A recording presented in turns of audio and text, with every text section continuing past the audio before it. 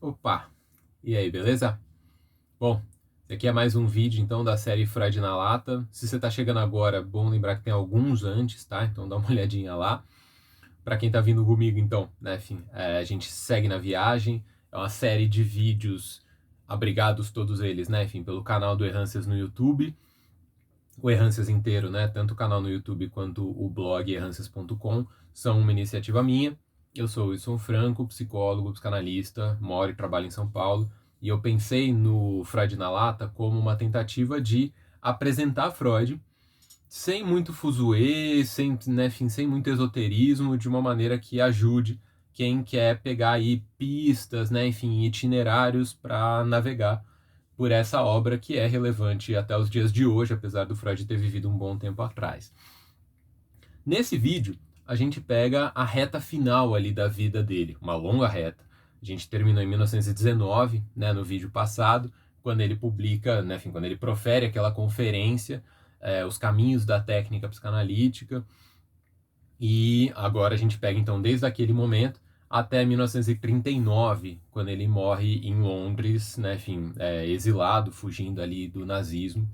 E nesse meio tempo aconteceu um bocado de coisa. Um tanto que aconteceu não é só com ele, aconteceu com a psicanálise inteira.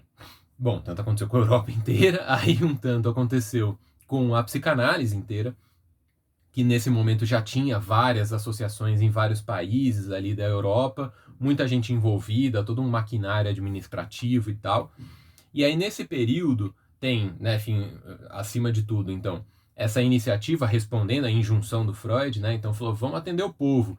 E eles foram, né? Então criaram institutos, policlínicas, né, enfim, clínicas abertas, né, enfim, clínicas de atendimento não remunerado, né, enfim, clínicas gratuitas, enfim, fizeram uma série de iniciativas na tentativa de repaginar a psicanálise, para que ela deixasse de ser aquela prática restrita aos consultórios individuais e cobrando honorários que pouca gente podia pagar, mesmo que o analista quisesse flexibilizar de alguma maneira, a análise demorava muito tempo, então era muito difícil para as pessoas que não tinham grana, né, de poder fazer um tratamento.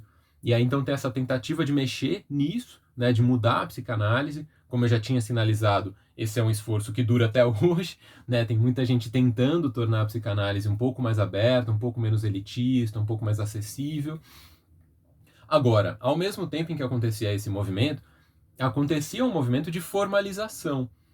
Isso, inclusive, em Berlim, por exemplo, que acho que é um bom exemplo, porque foi a primeira grande iniciativa de clínica pública, né, o primeiro lugar que começou a atender a população em geral a partir do método psicanalítico.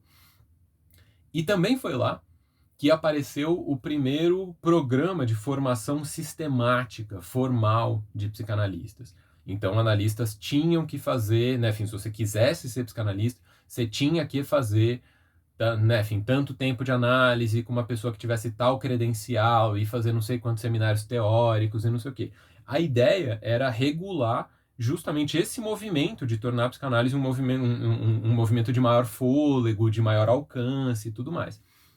Mas isso acabou tendo efeitos um pouco nefastos no sentido de burocratização e de emburrecimento, de tirar muito desse pendor um pouco mais transformativo ou mais arrojado que de alguma maneira era parte, né, enfim, do DNA, por assim dizer, da psicanálise nos seus inícios, né? Agora, então isso estava acontecendo ali, né? Enfim, muita coisa acontecendo com o movimento psicanalítico como um todo. E o Freud, que como eu disse para vocês, era meio que o pater-famílias ali, o cara que meio organizava as coisas e tal. Dá para resumir dizendo que ele estava meio que numa outra onda. Freud já estava meio velhinho, né? Então já tinha mais de 60 anos naquela época. Ele achou que ele ia morrer com 51, então na cabeça dele já estava fazendo hora extra. A gente vê que ele ficou muito tempo fazendo hora extra, né? Ficou mais 20 anos ali trabalhando e tal. É, mas ele não foi para essas instituições, né? Então ele nunca foi atender ali exatamente. E ele, ainda que desse todo esforço, tal, né? Enfim, respondia a carta, dava lá, né? Enfim, botava os crocos lá para ajudar o pessoal, segurar os negócios, não sei o quê. Ele não foi nessa, tá? Para resumir. E nesse período, o que a gente vê na obra dele é ele fazendo uma série de transformações na teoria dele.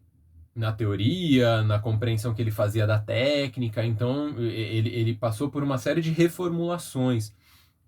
E os textos principais desse período, ele continua escrevendo muito, texto longo, texto curto, texto super relevante ainda hoje, uns textos que são mais anedotários, mais ocasionais, mas tem muitos textos ali que são muito arrojados. Uma das coisas que chama atenção é essa coragem intelectual do Freud, de até o fim da vida tá assim, intelectualmente honesto, né? Pensando no limite da capacidade dele, né? Freud errante. É, de fato disposto a desbravar novos territórios, né? Então, em 1920, então logo no começo desse período que a gente está olhando hoje, ele publica um texto que chama Mais Além do Princípio do Prazer, que é um texto com muita especulação, dialogando com uma teoria que era bastante novidade na época, super, né, enfim, arrojado até para os dias de hoje, assim, sobre a biologia, né, enfim, os modos de reprodução. E a partir dali ele revê todo o modelo pulsional. Eu falei, né, enfim, da pulsão, que é um conceito que dá notícia meio que da energética, né, enfim, do Freud, o jeito como ele pensava os impulsos dos humanos. E ele revê o modelo dele. Ele estava pensando, né, enfim, em uma divisão específica, ele propõe outra, totalmente diferente, né, entre pulsão de vida e pulsão de morte, a partir dali, que tem muitas consequências. Pouco tempo depois, aí, né, enfim, em 1921, ele publica um livro que chama Psicologia das Massas e Análise do Ego, que é um texto que seria bem legal a gente discutir, considerando o Brasil de 2021, né, 100 anos depois, o Brasil está vivendo fenômenos de massa que tem um tanto a ver com as coisas que o Freud discute ali, de um outro jeito, a gente não vai poder entrar nisso agora, mas, né, enfim, coisas que estavam ali, especulações e processos de teorização bem arrojados do Freud. Um pouco depois, em 1923, ele publica um outro texto que chamou Ego e o Id, dialogando com um conceito que ele gostou, né, de um colega, que era o Grodeck, esse conceito de id, né, o das es, né, o isso, uma fonte, assim, né? E aí ele muda todo o modelo do aparelho psíquico, né, enfim, do ponto de vista como se fosse um lugar, assim, né, especulativo, que é o que a gente chama de tópica, né, que é a distribuição de lugares, espaços e funções. E ele propõe o que a gente meio que chama de modelo estrutural, que complica a metapsicologia dele. E é um processo bem arrojado, de novo, né? Em 1926, ele também, né, enfim, publica um outro texto que chama Inibição, Sintoma e Angústia, que revê também coisas importantes da teoria, ele revisita temas importantes. Em 1930, ele faz um texto super corajoso que chama, né, Mal-Estar na Civilização, um texto de teoria social, né, um texto muito crítico, muito pesado, mas também, né, enfim, muito denso, de muito trabalho intelectual. Então você vê o cara, né, enfim, uma formação médica, líder de uma comunidade gigantesca, né, enfim, psicanálise envolvendo um monte de gente, ele também, né, enfim, responsável por, né, enfim, muitos compromissos, assim, por assim dizer, pessoais, familiares, etc. E faz um texto de sociologia, assim, né? Enfim, então tem uma coragem intelectual nesse cara que eu acho que é interessante de reconhecer nesse período. E nisso ele já tinha, né, enfim, diagnosticado, né, o câncer que ele tinha aqui, acho que palato, não sei. E aí já fazendo uma série de cirurgias, com incômodo, né, enfim, persistente e tal, uma situação difícil. E o cara continua escrevendo, trabalhando, pensando e tal. Né? Acho que isso é uma coisa notável desse período final aí da obra dele.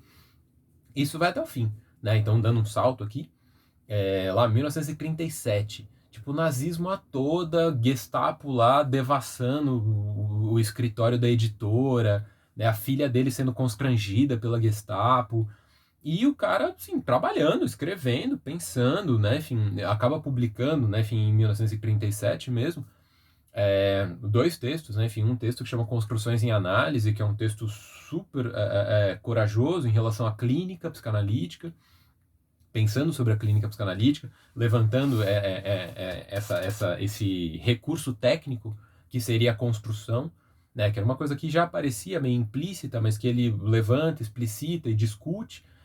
A relação disso com a psicose, que também, né, enfim, é um tema bem tabu ali, de alguma forma. Aí um texto chama Análise Terminável e Interminável, também um texto de balanço, um texto claramente assim, um estilo tardio, né, que é uma coisa que o Adorno, o Eduardo Said discutem, um texto com estilo muito claro de alguém que está ali fazendo balanço, né? Então, assim, um arrojamento intelectual, uma firmeza, uma clareza de propósito muito clara, assim, discutindo sobre, bom, psicanálise, quando a gente diz que deu certo, deu errado, terminou, não terminou, como funciona isso aqui, né? Super interessante, recomendo, não vou dar spoiler, é um belo texto. E num campo totalmente diferente, meio que na mesma época. Então você vê o cara ali, né, lutando pela vida a cada dia, muita dor, não sei o que e tal. Ele estava narrando os textos, porque ele já não conseguia escrever, não tinha firmeza na mão. Então ele ditava, e era a Ana, a filha dele, que escrevia os textos para ele. E ele, então, escrevendo construções em análise, análise terminável e interminável, e aí escreve um texto super arrojado, que chama Moisés e o Monoteísmo, discutindo com, né, enfim, teoria de egiptologia, do movimento judeu, da história do judaísmo, discute muita coisa muito densa, tem um diálogo interessante com o momento da Europa, né, os destinos do judaísmo, do povo judeu, né, enfim, das origens da civilização europeia, por assim dizer. Texto super interessante, de teoria social, inclusive, né? Então, acho que nesse período final da obra do Freud, eu acho que assim, é difícil sugerir uma coisa. Vocês perceberam que eu fui recomendando várias coisas, né? Porque me parece que tem esse movimento, né? Assim, acho que o Freud, de alguma maneira, ele tendo, né, enfim, essa marca no movimento psicanalítico, ele nunca se desconecta totalmente. Então você vê ele trocando carta com as pessoas, ele intervém em benefício de iniciativas que são do interesse do movimento, né? Então vai lá falar com o secretário de saúde de não sei da onde, manda uma carta para não sei quem, né? Enfim, passa o chapéu ali para ajudar as pessoas. Tem uma série de coisas que ele está fazendo ali com o movimento. Mas o que eu destacaria desse período final são esses textos de fôlego, por assim dizer, né? E que eu acho que dão muita notícia de quem é Freud e do que o Freud deixa para nós, né? Enquanto inspiração, enquanto legado e também enquanto obra, né? Bons textos para ler. Nessa época tem as novas conferências introdutórias, eu tinha recomendado, né, no vídeo anterior, as conferências introdutórias à psicanálise. Tem as novas conferências. Curiosamente, eu não recomendaria, porque, claro, são belos textos para quem tem interesse. Tem uma sobre a sexualidade feminina, que é um tema bem atual, bem importante. Freud, né, enfim, eu acho que dá várias derrapadas ali, mas é um texto interessante ainda assim. O que eu acho que vale a pena são particularmente, né? Então, né, enfim, para quem não tem todo o tempo do mundo, são esses textos mais arrojados, assim, sabe? Então, essa renovação que ele faz em relação, né, enfim, à fundação da contribuição dele ao movimento psicanalítico, e ele revendo ali, né? Então, mais além do princípio do prazer, o ego-id, inibição, sintoma e angústia, é super bonito, né? De ver a coragem do cara fazendo isso. E esses textos sociais, que eu acho bem interessantes. Tem o Futuro de uma Ilusão, que eu não incluí aqui, mas é um texto de 1927 também, falando sobre religião. Aí tem um ranço positivista ali que a mim, honestamente, incomoda um pouco. Mas é um texto interessante, muito, muito, né, instigante, o cara com aquela intelectualidade super aguda dele. O Mal-Estar na Civilização, que é um best-seller, né, um livro muito lido e não por acaso, porque é um texto muito interessante, vale muito para o período que a gente está passando também. Tentar entender o mal-estar na civilização, né? Enfim, a maneira como Freud olhou naquela época. A nossa, é claro que é outra conjuntura, outros desafios, mas tem algumas coisas que eu acho que ali nos ajudam, né? Diria isso. O Moisés e o Monoteísmo eu acho muito interessante por essa coisa da coragem intelectual, né? Enfim, fim da vida e o cara trabalhando com, né, enfim, com tanto fôlego e temas tão difíceis e com tanta astúcia. É muito notável, assim, eu acho que realmente é emocionante ver o cara fazendo essas coisas. E aí, bom, a gente estava aqui fazendo esse percurso, vocês veem que no final, né, tem uma série de textos interessantes para recomendar. Para entender Freud propriamente, eu acho que é isso, assim, né? Enfim, tem o ego e o id, que é muito discutido por muita gente e tal, e ele mostra, né, enfim, ego, id, superego, que é uma coisa que ficou muito, né, enfim, muita gente discute esse tipo de coisa. Mas aí eu acho que então, se eu tivesse que dar destaques mínimos, seria o ego e o id e o mal-estar na civilização. São, acho que os grandes, os top, assim, né, desse período.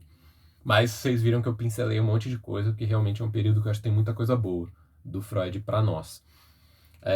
E aí, como eu já disse, né, enfim, não sei se é um spoiler que pega muita gente de surpresa, em 1939 ele morre. né, enfim, uma eutanásia, basicamente, né, enfim, uma superdose ali que ele pede pro médico, porque já tá muito sofrido e tal, câncer avançado, não sei o quê. E então deixa esse legado gigantesco. E um legado que inspira muita gente, e inspira muita gente de maneiras muito diversas. Então tem um vídeo a mais que eu queria, né, enfim, ainda incluir no arco histórico, ainda que o Freud esteja morto, as coisas que aconteceram depois do Freud morrer influenciam a nossa maneira de ler o Freud. E aí isso é uma coisa que eu queria explicar no próximo vídeo, né? Dar algumas pistas de como os comentadores do Freud, ou os continuadores do legado freudiano, vão nos ajudar a nos situar em relação à obra do próprio Freud, tá? Então é isso. Esse é o último vídeo de arco histórico, né? Enfim, o próximo, na verdade, é o último vídeo de arco histórico. E aí depois a gente tem um momento de fechamento aqui do nosso Freud na lata. Beleza? Então a gente se vê daqui a pouquinho no próximo vídeo. Vem comigo.